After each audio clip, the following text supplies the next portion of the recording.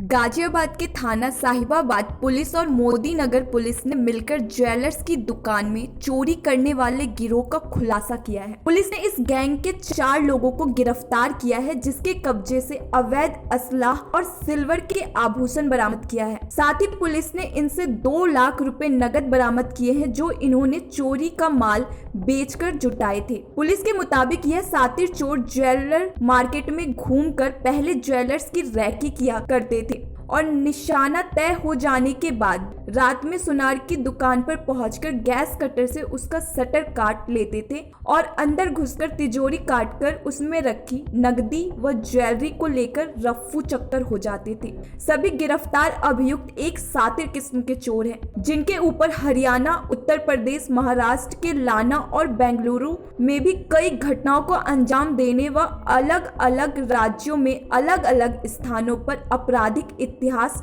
मौजूद है। साहिबाबाद पुलिस व मोदी नगर पुलिस को पकड़ में आए इन चोरों के संबंध में एक बड़ी जीत मानी जा रही है, क्योंकि शहर गाजियाबाद के अंदर लगातार सुनारों को टारगेट करने के लिए ज्वेलरी की दुकानों पर लगातार चोरी की वारदात बढ़ रही थी, जिस पर किसी हद तक अब रोकथाम लग जाएगी। वहीं पुलिस ने बताया कि इस गैंग के सरदार पति व पत्नी थे, जो गैंग को लीड करते थे।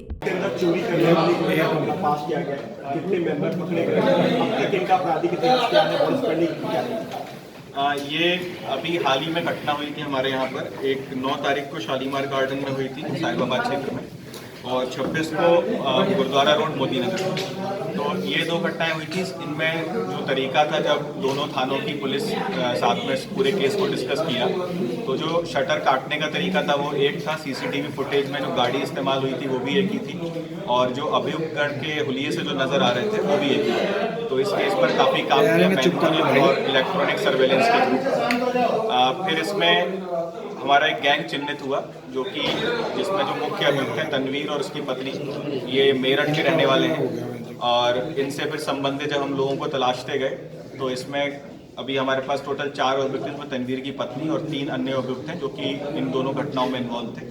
तो और जब पूछताछ की गई तो इन्होंने बताया कि हाल ही में इन्होंने इन दोनों घटनाओं के अलावा इससे पहले सरदना में इन्होंने प्रयास किया था, उसके अलावा यमुनानगर में एक इन्होंने इस तरह की चोरी का प्रयास किया था।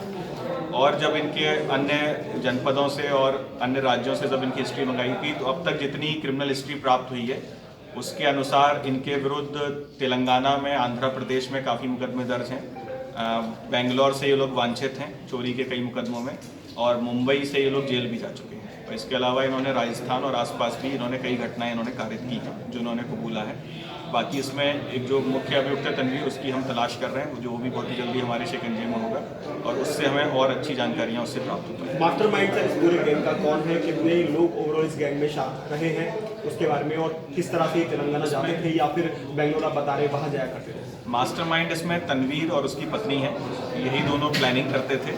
फिर तनवीर जो है लोकल लोगों की हेल्प लेकर ये घटना कारित करता था। फिर वहाँ पर ये महिला जाती थी और महिला वहाँ से बैग में सारा सामान लेके आ जाती थी। फिर ये महिला लोकल जो ज्वेलर्स होते थे, इनके जो इस चोरी का सामान लेते हैं, उनको ये सामान बेच देते थे। और इस तरह से, क्योंकि महिला है कोई शक नहीं करेगा, इस तरह से इनका ये पूरा मोडस ऑपरेंडी रहता था। तो इसमें काफ़ी अच्छी कार्रवाई हुई है SP सिटी 2 के निर्देशन में और देहात के निर्देशन में, और काफ़ी अच्छा गैंग इसे पकड़ा गया है, और इससे घटना में काफ़ी अंकुश लगेगा। इसमें इनसे रिकवरी भी काफ़ी है। इसमें इनसे लगभग चांदी देखा जाए तो लगभग 5 किलो के आसपास चांदी हमने रिकवर की है, और 2,10,000 रुपये कैश मिला है। एक ऑल्टो कार जो ये घटना में इस्तेमाल करते थे वो मिली है। इसके अलावा गैस कटर भी मिला है, जिस गैस कटर को ये इस्तेमाल करके ये घटना कारित किया था। फ्लाइट से सर आना जाना कर रहा है, कुछ ऐसी भी जानकारी? जी हाँ, ये जब क्योंकि बेंगलोर और हैदराबाद ये सब दूर हैं, तो ये जो घटनाएं कारित करने जाते थे तो फ्लाइट्स और हाई स्पीड ट्रेन्स का इस्तेमाल करते थे, ताकि उस पर नॉर्मली कोई इन पर शक ना हो। गाजियाबाद से अभिषेक गुप्ता की रिपोर्ट।